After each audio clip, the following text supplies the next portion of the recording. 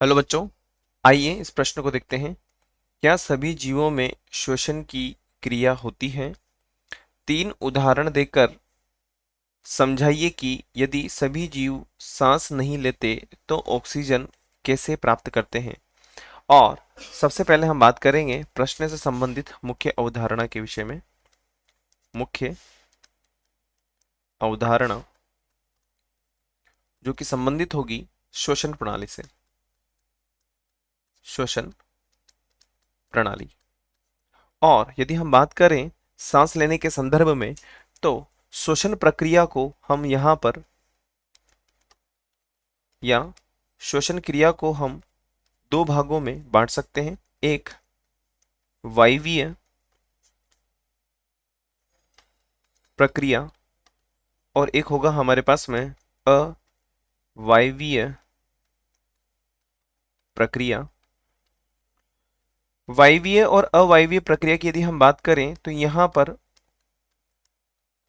Oxygen की उपस्थिति होगी।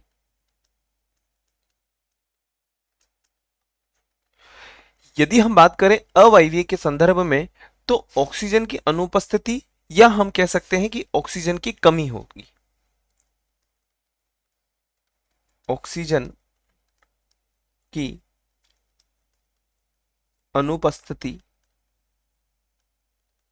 या ऑक्सीजन की कमी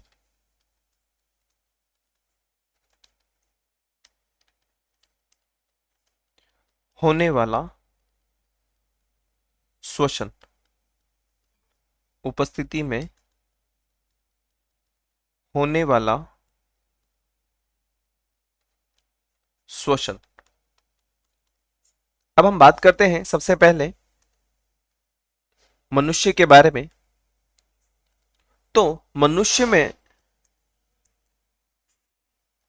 जो प्रक्रिया होती है वह होती है वायवीय श्वसन प्रणाली द्वारा। वायवीय श्वसन। और वायवीय श्वसन यदि इनमें होता है तो हम देख सकते हैं कि कोशिका के अंदर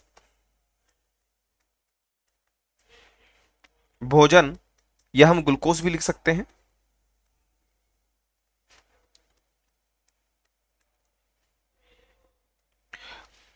ऑक्सीजन का उपयोग करते हुए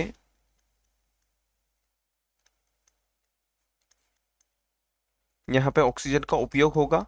और ऑक्सीजन का जब उपयोग होगा तो ऊर्जा बनेगी। और ऊर्जा यदि बनेगी, साथ ही साथ जो अन्य गैसें होती हैं वो सभी के सभी, अर्थात हम कह सकते हैं एक प्रकार से ऑक्सीजन का उपयोग करके कार्बन डाइऑक्साइड और जल को विखंडित कर दिया जा सकता है। तो हम लिख सकते हैं CO2 और H2O को विखंडित किया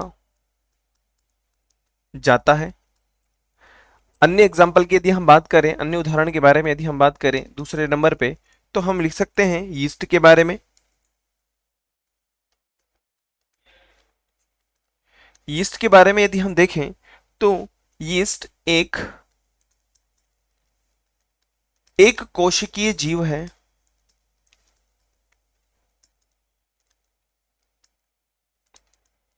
और यदि हम इसके बारे में श्वसन प्रणाली के बारे में बात करें, जिसके अंदर श्वसन अवायवीय रूप से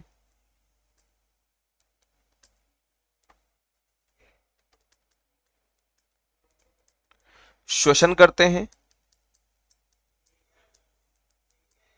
और साथ ही साथ हम यीस्ट के बारे में अगर देखें तो यीस्ट का जो उपयोग होता है वो अल्कोहल निर्माण में किया जाता है।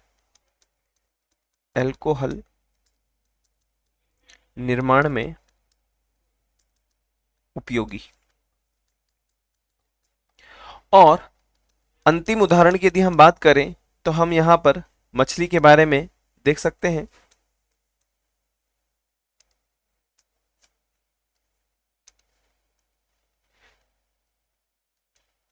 और मछली के बारे में यदि हम देखें तो मछली में जो श्वसन होता है वह एक जलीय श्वसन होता है। जलीय श्वसन प्रणाली, जिसमें जो उनके गलफड़े होते हैं,